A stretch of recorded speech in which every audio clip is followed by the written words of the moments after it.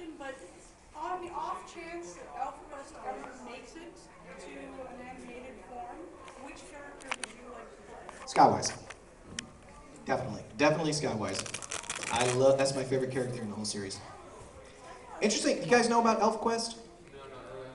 ElfQuest is an American comic book, started about 30 years ago. It was one of the, probably the most successful independently published comic books ever. It is worldwide recognition. DC Comics picked it up and reprinted a lot of the volumes recently. Go to elfquest.com and check it out. I did two 58-page stories for them. And it was a really good experience. Wendy Pini, who created the series, is my sensei. I actually apprenticed under her for a year and taught me a lot. In that 1 year, more than I learned in 10 years by myself. So, yeah, highly recommend you check it out. Yes? If you could do a voice for any anime in the entire world, which one would it be? Or like, what character would it be? I have been very, very, very fortunate. I have gotten every role I've wanted. Really? Every role I really, really wanted, yes. I've auditioned for a lot of things and didn't get it, but I didn't really care. And I think that's probably why I didn't get them. I really wanted Krillin. I really wanted Maze Hughes. I really wanted Lupin III. I really, really wanted Usopp. Yeah. I got those parts, I think probably because I really wanted them, you know. I've been cast in other things that I go, well, whatever, it was fun. But I didn't really care if I got them or not. Those parts really, there's nothing in anime I could think of that I thought, oh man, my life would be complete if I just played Vegeta, you know? Then everything would be fine! Kakarot! Who wants that kind of aggravation? It hurts my throat. Any other questions? Yes? Did you voice the Krillin from Dragon Ball as well as Dragon Ball Z? No, that was Lori Steele. And she did a really good imitation of me as a kid, or my Krillin as a kid. It was kind of like this. Hard for me to do, I couldn't do it. I did play him when he grew up in Dragon Ball, which came later. I played a lot of other characters in Dragon Ball because I directed a lot of the episodes, and a lot of times when you're directing and you're a voice actor, and there's a character that comes on for just 1 or 2 shows, it's a lot easier just to jump in the booth and do it. So I've done that several times. Yeah? Instead of drawing manga, I've actually trying to like think of stories. Like I want to become a writer. Yeah. I want to write novels and write stories for manga or even TV shows. Do you have any advice? A couple of things. There's a book called The DC Guide to Writing Comics. I highly recommend it for 1 page. And not even just one part of the page. There's a little block that shows you what a plot structure is. Well, you need the setup, the resolution, the climax, all that stuff, the denouement. Those things are very important to know. And then it describes what each of those things are, okay? To write a good story that has some sort of cathartic resolution at the end where you feel like, I've been somewhere. You have to have these certain elements.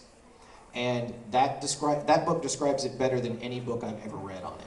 So the DC Guide to Writing Comics, I highly recommend. Also, when you're writing a synopsis, do you know what a synopsis is? No. A synopsis is a brief description of the story you're writing, okay? Every publisher wants to see a synopsis, and they want to know basically what your story is about. The problem that a lot of young writers make is that they can't put it in a small paragraph. They write pages and pages, and when you're an editor and you get 100 submissions a week, you see this, you go, oh God, whatever. Oh, here's a small paragraph, I can read that. Good, okay, I understand it. When you're writing your synopsis, think of like writing a preview to a movie. In a world where one man stands with a microphone in front of a bunch of people up north. You know, that kind of thing.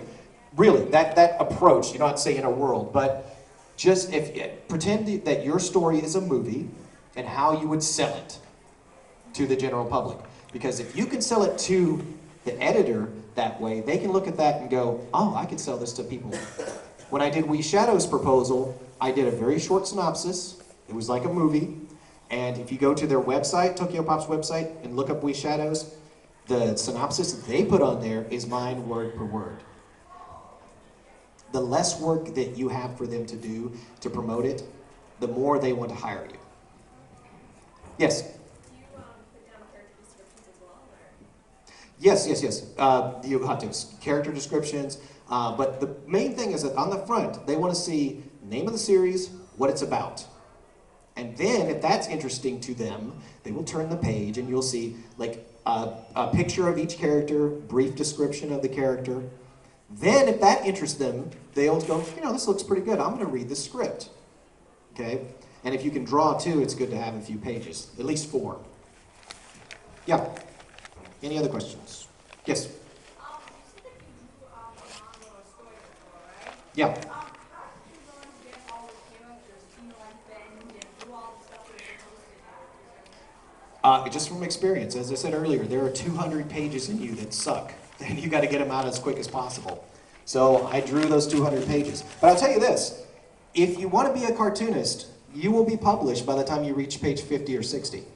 You won't be published by a major publisher, but there are plenty of smaller publishers out there that if you've drawn 50 pages, you probably are proficient enough for somebody to pick it up, right? Yeah. I read a lot of books. There are plenty of books on how to draw anatomy. I took a life drawing course where you get to draw somebody who's naked. Usually they're not that attractive though, so you just... But it does teach you a lot about how to make people look realistic, you know. And then if you're drawing manga, then you have to learn what manga characteristics are and what manga positions are and stuff like that too, because it's a little different. Manga heads are a little bit bigger than natural human body heads, in general. And that's something that came up in the last panel too, is like, how do you draw manga? Because really, manga, there's no real set rules. But as an American drawing it, there are expectations. And it's a very strange thing to approach. Okay, you guys know who Monkey Punch is? Yes. You ever seen Lupin the Third comic books? Yes. Let's pretend Lupin the Third didn't exist. Monkey Punch didn't exist. Some American cartoonist came up to you and presented you with Lupin the Third's manga that he drew, and he said, "I'm going to be a manga artist." You'd probably laugh at him. You'd probably say, "That doesn't look like manga," because it doesn't. But it is manga because it comes from Japan, right? That's because there aren't any rules in it. It's just cartoonists. It's Japanese cartoonists. However, in this country, if you are presenting yourself as a manga artist and you drew that way, they would not believe you. There are certain expectations, there are certain proportions that is expected of general. So what you're approaching is a generalization of manga. And it's a very strange, hard edge to walk, too, because as a cartoonist, you also have to put yourself into it, or it's nothing. If you don't put yourself into it, it has no heart. So as an American manga artist, it's quite a challenge. Yeah?